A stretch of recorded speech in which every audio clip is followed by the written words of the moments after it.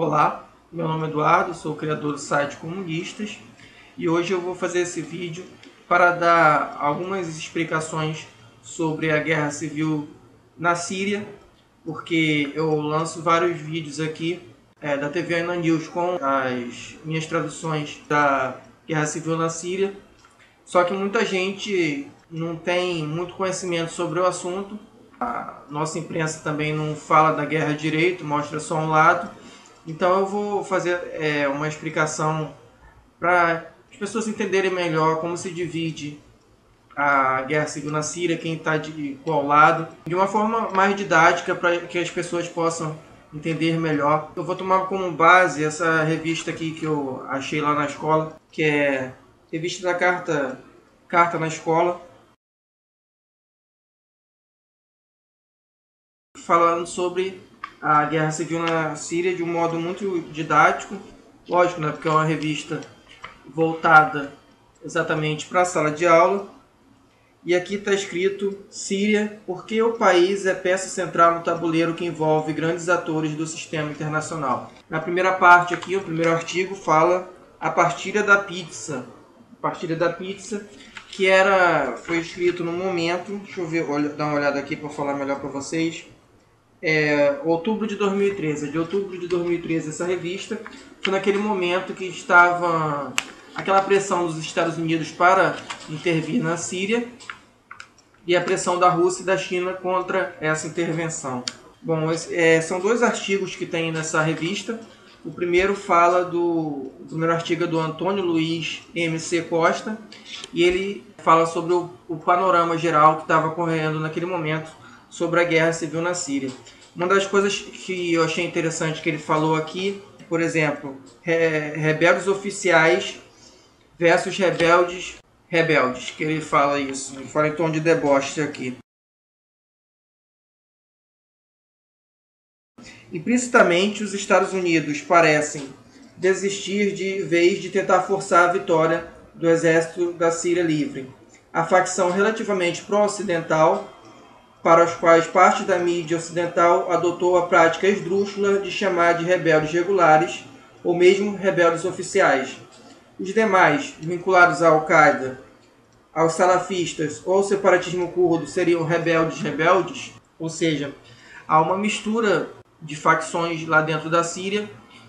O chamado Exército Livre, que seria o exército pró-ocidental, são mercenários pagos pelo Ocidente para desestabilizar o país, abrindo caminho para uma intervenção. Vocês viram nos meus primeiros vídeos que quando eu comecei a desconfiar desses rebeldes, que eles não eram heróis que a nossa mídia falava coisa nenhuma, foi quando eu vi imagem da TV Ana News que eles explodiam bombas perto da embaixada russa. Ou seja, é óbvio que eles estavam fazendo aquilo contra o apoio que a Rússia dava ao governo de Assad, enquanto a mídia dizia que todas essas explosões eram feitas pelo governo Assad para culpar os rebeldes. Ou seja, os rebeldes não faziam nada de errado, era sempre o Assad que matava. Essa era a visão que a nossa grande imprensa fazia para nós aqui. Ainda faz, né? Ainda faz, culpando só um lado do conflito, ou seja, espalhando a propaganda ideológica dos Estados Unidos para a sua intervenção na Síria.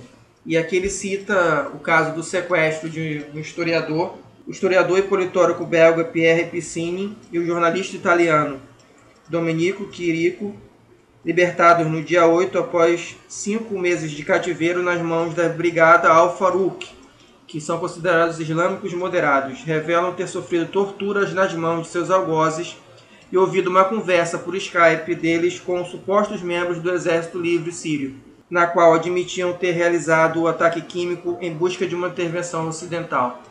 Ou seja, é aquilo que eu já falei, tudo indica que aquilo ali foi mais um atentado, uma armação feita por militantes pagos pelos Estados Unidos para criar aquele ataque químico.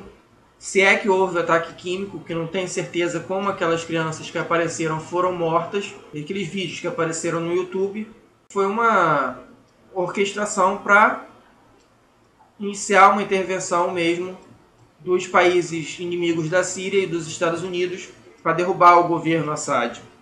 Além disso, ele cita aqui uma madre superiora, a irmã Mariam El-Salib, de um convento católico sírio, apareceu na mídia russa para afirmar que os vídeos do ataque com gás foram encenados. Ou seja, também teve essa notícia e tudo leva a crer que foi mesmo um ataque encenado.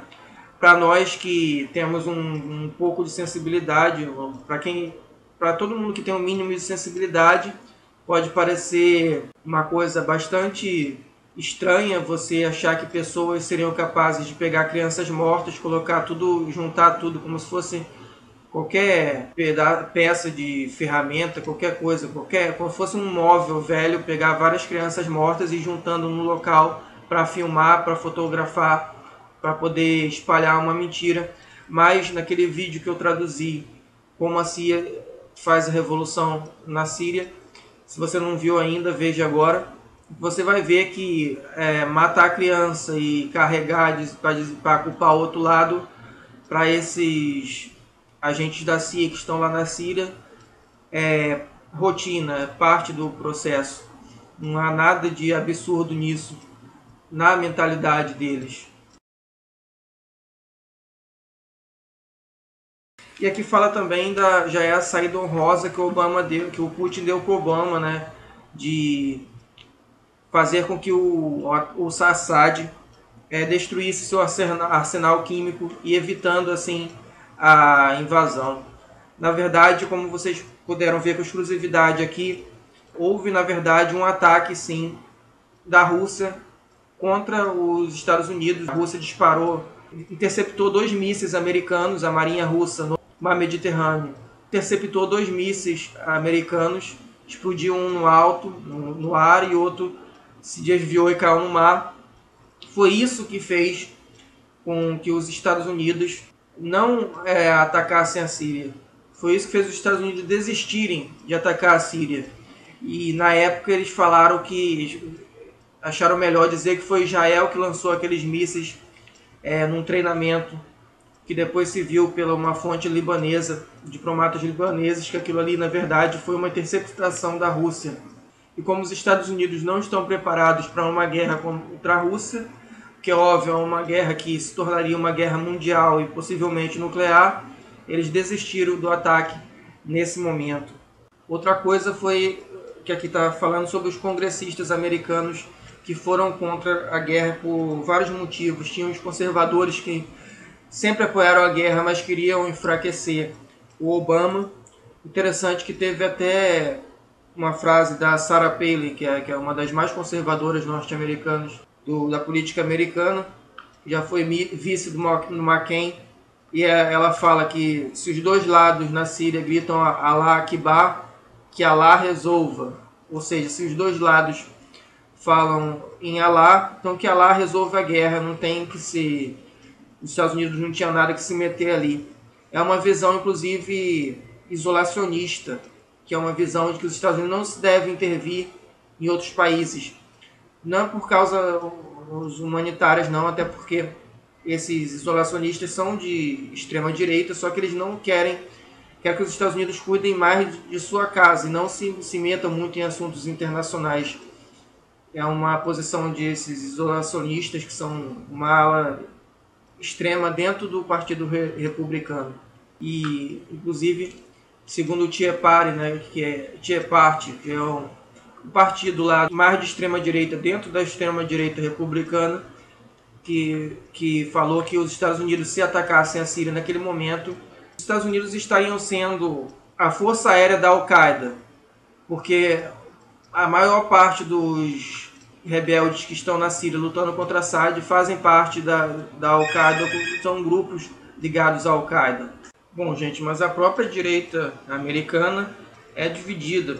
Nesse mesmo Partido Republicano tem também o John McCain, que está diretamente envolvido com esses terroristas lá da Síria,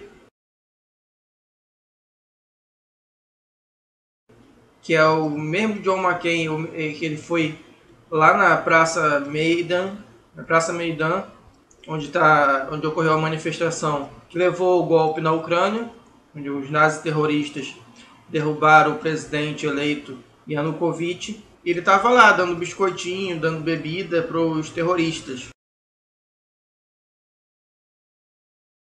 Mostra aquilo que qualquer pessoa inteligente já sabe. Não há diferença quase nenhuma entre o Partido Democrata e o Partido Republicano. A diferença basicamente é que o Partido Republicano é mais religioso, o Partido Democrata é mais laico. Mas um ali continua as mesmas desgraças do governo do outro. E muitos casos de corrupção contra a administração Bush, o próprio Obama que arquivou, ou seja, um limpando as sujeiras que o outro faz. Bom, gente, mas a parte que eu achei mais interessante foi nesse outro artigo que eu vou falar para vocês agora, explicando detalhadamente a história da Síria, de o que ocorreu na Síria desde o seu surgimento até o momento atual da crise, da guerra atual. Vou fazer outro vídeo, isso aqui ficou muito longo.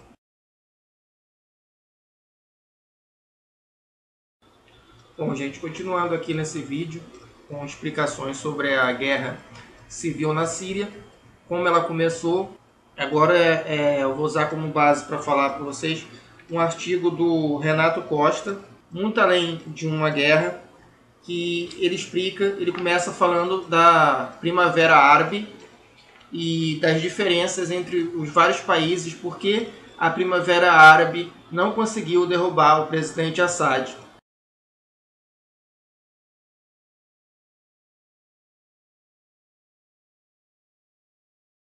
Em dezembro de 2010, países do norte da África e do Oriente Médio passaram a vivenciar um processo de amplas transformações em suas estruturas políticas e sociais. Apesar de terem características específicas quanto ao modelo de governo, prevalecia a centralização do poder nas mãos de uma pessoa ou grupo, e como o movimento revolucionário teve início na Tunísia e depois se alastrou pela Líbia, Egito, Iêmen, Jordânia, entre outros estados, níveis distintos de mudanças foram alcançados.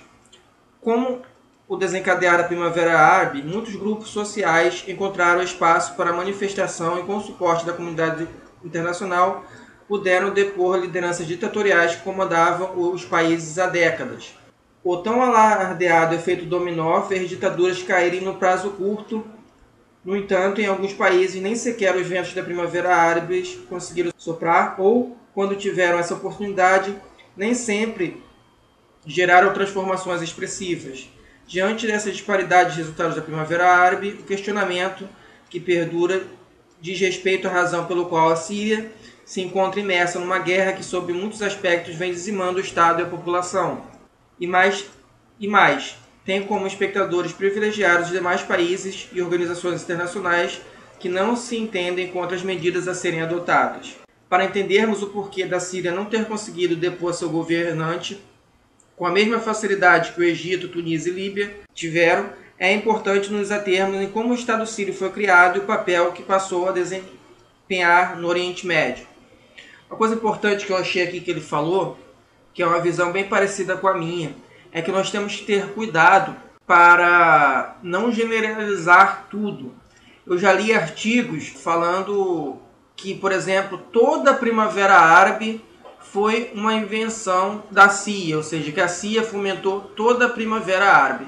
Não é verdade. A CIA não teria capacidade de fazer todas aquelas revoluções em todos aqueles países, ainda bem, mas há casos em que a CIA realmente age para derrubar um governo. Mas o que eu acho, por exemplo, da Primavera Árabe foi o seguinte: houve sim uma revolta social muito grande contra o governo, começou na Tunísia, depois, como hoje em dia a informação circula muito rápido, várias outras oposições de outras ditaduras quiseram fazer o mesmo, e ocorreu esse efeito dominó da Primavera Árabe, derrubando vários governos. Então, aí onde entra o Império Americano nesse caso aí? O imperialismo, os Estados Unidos, eles não somente provocam revoluções, como aconteceu, por exemplo, em 64, golpes, revoluções, ou seja, para mudança de regime, mas em muitos casos eles também se aproveitam de uma situação. E eu acho que, na minha opinião, foi isso que aconteceu. O Mubarak, eles não quiseram eram aliados dos Estados Unidos. Os Estados Unidos ficaram ali meio sem saber o que fazer. Depois acabaram aceitando a saída dele. E depois veio outro golpe. Ou seja, está claramente mostrando ali que os Estados Unidos têm um controle do exército do Egito e modificam as coisas ali de certa forma. No caso da Líbia, foi um caso que os Estados Unidos, através da sua máquina de propaganda, fizeram de tudo para derrubar mais esse ditador não alinhado, o ditador da Líbia, e conseguiu fazer isso num curto espaço de tempo. Já com a Síria foi diferente, porque com a Síria, além dos aliados que a Síria tem, a Síria também é um país mais difícil de invadir e um país com bastante apoio internacional de armas e treinamento vindos da Rússia, já que a Síria é aliada da Rússia desde a época da União Soviética, e é isso que esse autor, o Renato Costa, ele fala, porque para entender por que o Assad não caiu é preciso você entender a história da Síria, que é o que ele fala aqui, que eu achei mais interessante aqui para falar para vocês dessa reportagem. Bom, aqui ele começa falando como surgiu a Síria e o Líbano. O subtítulo é Oriente Médio segundo a Europa. A Síria, como Estado nacional e com as dimensões territoriais de hoje, é uma criação ocidental, resultante das negociações entre franceses e ingleses sobre o destino do Império Otomano no fim da Primeira Guerra Mundial. Em razão do Acordo Sykes-Picot de 1914, depois do referendado pela Conferência de San Remo e pela Liga das Nações, a França passou a tutelar Síria e Líbano com base no sistema de mandatos. A própria divisão do Estado não levou em consideração aspectos históricos, culturais, mas apenas interesses geopolíticos das potências. Ou seja, é mais um recorte no mapa que eles fizeram para criar a Síria e o Líbano. Mais ou menos como ocorreu também na África, aqueles países criados pela Europa e não respeitando ali a diversidade cultural e social daqueles grupos que lá viviam nesse território. Com a independência, em 1946, a Síria passou a buscar a liderança no mundo árabe e logo se envolveu na guerra entre palestinos e israelenses em 1948. A derrota dos árabes desencadeou ressentimentos e perdas territoriais para os palestinos. Na sequência, os sírios ainda entraram em guerra contra Israel em 1967, Guerra dos 6 Dias, na qual perderam o território conhecido como Colinas de Golã, e em 1973, Guerra de Yom Kippur, mas em ambas foram derrotados. Ou seja, esse ressentimento que há entre Israel e Síria é muito grande. Então, quando eu falo aqui que Israel tem interesse em derrubar o Assad, a história mostra que Israel é inimiga da Síria, ambos são países inimigos, então nada mais claro do que achar que Israel quer sim a derrubada de Assad para poder expandir mais seu território, dominar mais os países do Oriente Médio. As pessoas confundem as coisas porque há radicais dentro da Síria e os radicais, teoricamente, seriam contra o Estado de Israel. Não é bem assim. Há muitas coisas ainda que precisam ser analisadas para você falar sobre a Síria. Como vocês podem ver, Israel sim tem interesse em derrotar a Síria. Israel é um país que é inimigo da Síria. A tensão vivenciada pelos países do Oriente Médio refletia em muitos aspectos o conflito entre os Estados Unidos e a União Soviética, uma vez que ambos necessitavam controlar os países produtores de petróleo e, para tanto, interferir na geopolítica local para atender aos seus interesses.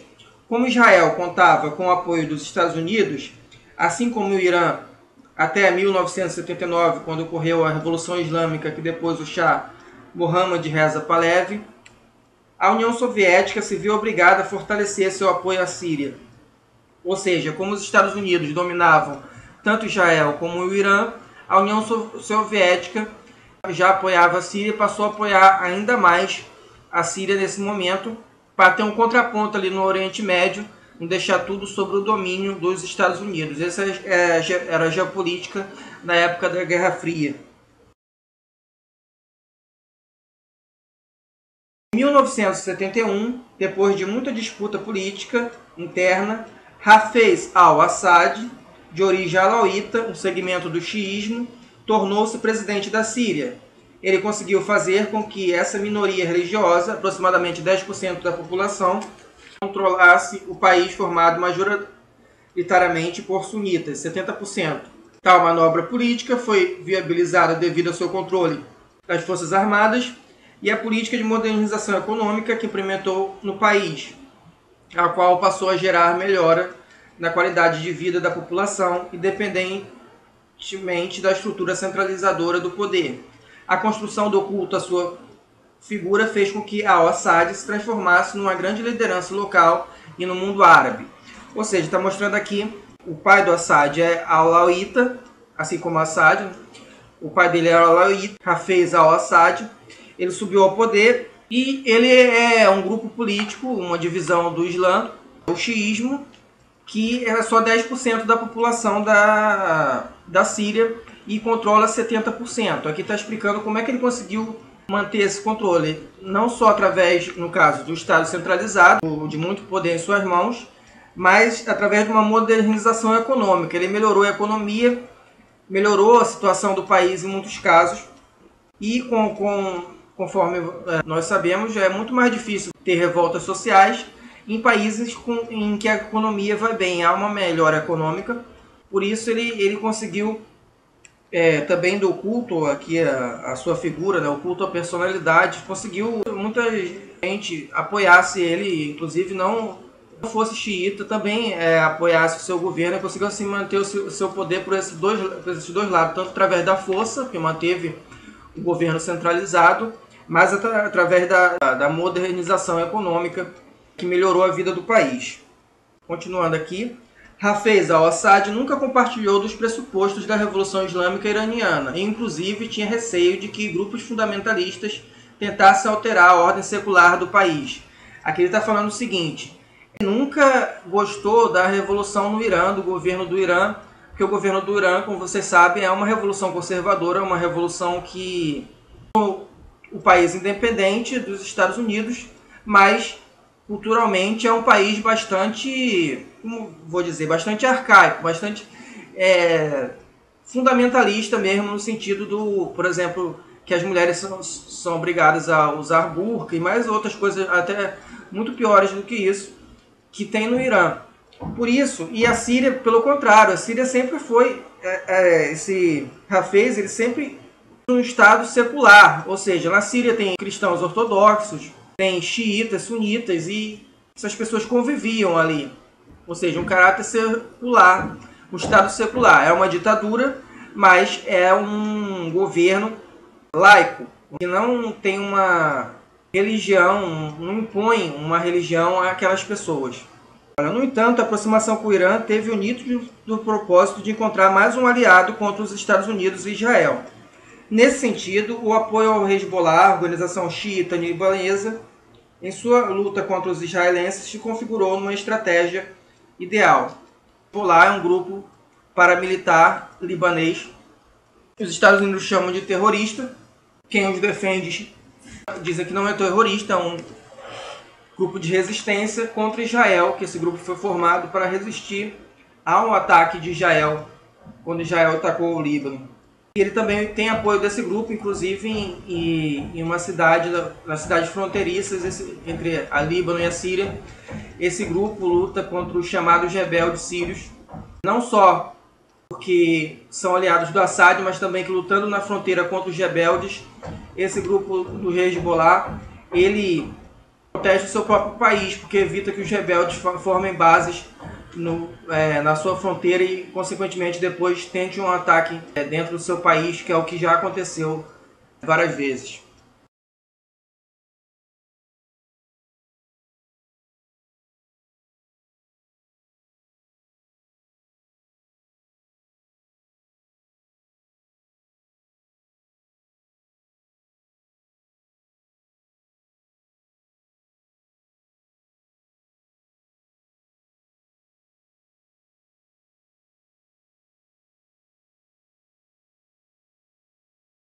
Em 2000, com a morte de Hafez, seu filho Bashar al-Assad assumiu o poder. De certo modo, preservou as diretrizes da política interna, o que foi importante para se legitimar junto à população, pois conseguiu herdar as benesses do culto à imagem que seu pai construiu. Ou seja, o Assad ele já subiu ao poder, herdando o poder do pai, e já com todas essas benesses já construídas, Estado centralizado, uma economia forte e culto à personalidade que já ocorria com seu pai. Passou a ocorrer com ele também. Então, o Assad ele subiu ao poder, herdando toda a estrutura política e ideológica do seu pai. Mas no momento em que do governo dele no poder, a situação não estava tão boa quanto na época do seu pai. O panorama externo não se apresentava tão favorável à Síria, e em 2001 a situação ficou ainda mais complicada com os atentados às Torres Gêmeas. Inicialmente, George Bush tinha forte interesse em inserir a Síria no eixo do mal, mas acabou priorizando Irã, Iraque e Coreia do Norte em sua estratégia contra o terrorismo. Isso só mostra aquilo que qualquer pessoa com um mínimo de inteligência já sabe, embora muitos preferem ignorar isso, que os Estados Unidos manipulam ao seu bel prazer quem é terrorista e quem não é, qual país é o do eixo do mal e qual não é. Os países que eles querem atacar, eles colocam no eixo do mal. Os países que eles querem defender, eles tiram do eixo do mal, mesmo os crimes que esses países façam sejam exatamente iguais àqueles que eles dizem que estão no eixo do mal, ou até maiores. Como é o caso, por exemplo, se comparar a Síria e a Arábia Saudita, a Síria é um estado muito melhor do que a Arábia Saudita, um estado que respeita muito mais os direitos humanos do que a Arábia Saudita. Outro evento que pressionou o governo de Bashar foi a forte campanha internacional para que a Síria retirasse suas tropas do Líbano, lá presentes desde 1976, e para tanto a ONU baixou uma resolução que exortava todas as forças armadas estrangeiras a deixarem o país sob o risco de represálias. Assim, a Síria retirou-se do Líbano em 2005, mas continuou influindo indiretamente na política interna libanesa. Como eu falei, que o Hezbollah apoia o Bashar al-Assad e luta na fronteira contra os rebeldes. Talvez seja isso, esse tipo de influência que continua lá, que o texto se refere.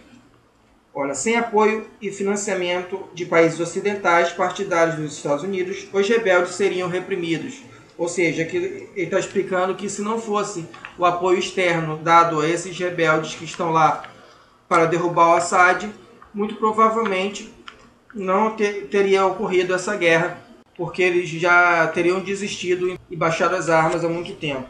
Já em 2011, diante do cenário relativo de influência síria na região, a Primavera Árabe surgiu um evento que poderia ser utilizado pelas potências ocidentais no intuito de remover Bashar al-Assad do poder, uma vez que fragilizaria o Irã e o deixaria mais isolado. Ou seja, eles querem derrubar o Assad para que seja mais fácil de atacar o Irã, que já é a bola da vez há muito tempo. As ameaças e as sanções contra o Irã continuam já há muito tempo e derrubar o Assad é uma estratégia que os países aliados dos Estados Unidos e seus capachos querem para poder derrubar o Irã posteriormente. A atuação de Bashar não diferia de outras lideranças regionais. O nível de repressão vivenciado pela população civil síria não era apontado por organizações internacionais como destoante ou preocupante. Ocorre que, diante da oportunidade de depor Bashar, os países ocidentais, partidários dos Estados Unidos, estimularam as oposições sírias a agir contra o governo. Sem esse apoio externo, a repressão do governo teria abafado os movimentos rebeldes, logo no início de suas manifestações, mas nesse caso a mudança da geopolítica estaria em jogo, por isso transcorreu de modo distinto. Ou seja, os países ocidentais não querem democracia porcaria nenhuma, eles querem derrubar o Assad e colocar ali no poder um governante aliado a eles, como ocorreu já em vários lugares. A história dos Estados Unidos é a história de impor golpes militares, impor governos em outros países. É uma história imperial, embora eles neguem, ainda hoje se comportam como um país imperial. um país imperialista. Assim, os países ocidentais passaram a apoiar indiretamente as milícias que visavam derrubar Assad. Os rebeldes são tratados pela mídia, são formados basicamente por mercenários de outros países e continuam sendo estimulados e financiados pelas potências ocidentais, exatamente como foi feito pela OTAN e pelos Estados Unidos na Líbia. Evidentemente que surgiram grupos locais que se opuseram à política de Bashar, mas não de modo a conduzir um levante popular. Ou seja, não necessariamente aqueles que lutam contra o Bashar al-Assad querem democracia. A grande maioria não quer democracia. O que eles querem é a sua ditadura, do seu grupo político, do seu grupo religioso, e eles não têm respeito nenhum pela população. Muitos são wahabistas que vêm da Arábia Saudita, ou seja, fanáticos religiosos da Arábia Saudita invadem a Síria, pegam armamento na Turquia, invadem a Síria e lá eles cometem seus massacres, seus atentados, seu genocídio, podemos dizer assim, do povo sírio. E aí ainda tem gente aqui que fica reclamando, dizendo que eu estou falando mal desses rebeldes. Lógico que eu estou. Pensa bem, a Arábia Saudita é uma colônia dos Estados Unidos. É o país mais influente para os Estados Unidos dentro do Oriente Médio. É uma colônia americana há muito tempo. Você acha que os terroristas que a Arábia Saudita estão mandando para lá, os Estados Unidos não sabem que a Arábia Saudita está fazendo isso? Ou não sabe que a Arábia Saudita treina terroristas, que está mandando arma para esses terroristas? É lógico que sabem. É lógico que sabem. Você é muito inocente para achar que os americanos, depois de tudo que fizeram, ainda se preocupam com democracia em outros países. Diferentemente da deposição de Gaddafi na Líbia, que não contava com apoio externo de potências, tampouco de lideranças do mundo árabe, Bashar al-Assad possui fortes aliados e sua manutenção no governo significa a preservação da atual geopolítica do Oriente Médio. E nesse sentido, Rússia e China, com direito ao veto no Conselho de Segurança da ONU, inviabilizaram qualquer medida que pudesse levar à deposição de Assad sem que seu sucessor fosse oriundo do mesmo grupo político. O próprio Irã, ainda em 2011, buscou promover a saída de Bashar al-Assad por alguém ligado ao seu partido, mas essa opção acabou sendo descartada pelos Estados Unidos, pois poderia significar uma vitória para Ahmadinejad, então presidente do Irã, e a expansão da influência iraniana na região. Ou seja, está vendo? O próprio Irã, que é aliado hoje, ele tentou no passado derrubar o Assad, ele quis no passado que o Assad saísse. E isso é o que há muito no Oriente Médio, governos pensando simplesmente em aumentar a sua influência política na região e inclusive se unindo contra outros governos dentro do mundo árabe, né? Isso é uma coisa que os árabes não são unidos. Eles se unem ou se desunem de acordo com seus interesses políticos e econômicos. Bom, outra coisa aqui está falando da China. A China também vivencia certa preocupação com o apoio de movimentos populares que buscam derrubar governos que não são democráticos. Nesse sentido, a política externa dos Estados Unidos, que promoveu a invasão do Iraque, Afeganistão, e agora procura criar mecanismos para fazer o mesmo na Síria, poderia estimular chineses insatisfeitos com o regime a atuarem de modo semelhante. Essa alteração geopolítica seria muito desfavorável ao governo chinês, ainda mais se for considerado o aumento gradual do controle das reservas de petróleo que os Estados Unidos passariam a deter, direto ou indiretamente com a intervenção nesses países. Diante desse jogo pela mudança de geopolítica local no intuito de provocar o maior isolamento do Irã, os Estados Unidos lançaram mão de mais um argumento para justificar a intervenção: impedir o uso de armas de destruição em massa e violação dos direitos humanos. Ou seja, de novo os Estados Unidos vêm com essa balela de armas de destruição em massa. Eles não querem que ninguém use essas armas, só eles podem usar. E mesmo que o governo não use, é a primeira coisa que eles falam como uma justificativa para poder atacar outros países. E eu acho ridículo que pessoas acreditem várias vezes na mesma mentira. Tudo bem, se você, sei lá, é adolescente agora, talvez você não lembre da justificativa para invadir o Iraque, seja muito novo, não saiba, mas pessoas, por exemplo, da minha idade, sabem que tudo que o Obama está fazendo agora, ele está repetindo o que o George W. Bush fez. O Bush falou que tinha que atacar o Iraque porque o Iraque usou força contra a população, oprimiu o povo curdo, usa arma de destruição em massa. possui armas químicas, ou seja, é a mesma coisa, exatamente a mesma coisa. Então os Estados Unidos só querem simplesmente arranjar uma desculpa para poder intervir.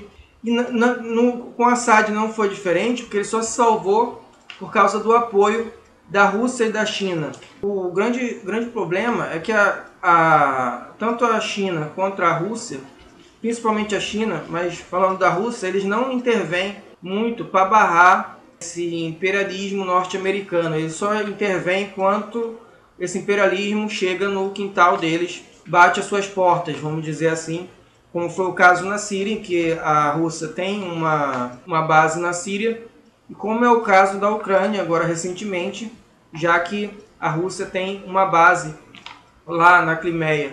E o grande interesse dos Estados Unidos é cercar a Rússia, já que não podem atacar, porque seria uma guerra nuclear, cercar de um modo que ela não possa mais reagir a qualquer tipo de ataque. É uma estratégia antiga da Guerra Fria que não foi abandonada para que os Estados Unidos possam ter um poder global total. Também na Ásia, que é o lugar mais difícil que eles encontram hoje no mundo para manter sua política econômica, a sua dominação econômica, porque lá tem os seus dois maiores rivais, que é a China e a Rússia.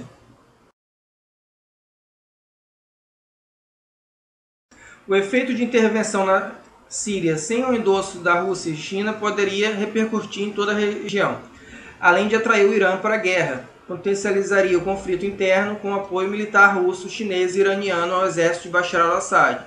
Poderia expandir a guerra para a Turquia e Israel, neste caso contando com o apoio indireto do Hezbollah. Devido a esse cenário conflituoso, a Síria transformou-se na mais importante tema de política externa atual.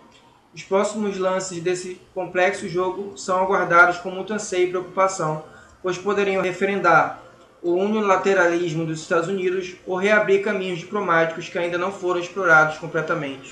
Ou seja, a disputa está aí entre um mundo multipolar, com várias potências, ou o unilateralismo dos Estados Unidos, com eles continuando influenciando como única potência, influenciando no mundo todo. Bom, gente, esse foi o vídeo de hoje. Eu espero que vocês tenham gostado. Espero que tenha esclarecido várias coisas para vocês entenderem melhor o que é essa guerra civil na Síria. Vocês, inclusive, se for usar na escola alguma coisa, usar em aula esse tipo de material, esse tipo de questões podem cair na prova, já que a Síria é um assunto que ainda está, no momento, sendo muito importante para o mundo. Obrigado, gente. Eu espero que vocês curtam esse vídeo, compartilhem nas redes sociais e espalhem para as pessoas para elas entenderem melhor o que está ocorrendo nessa guerra civil na Síria. Obrigado, curta esse vídeo e até a próxima.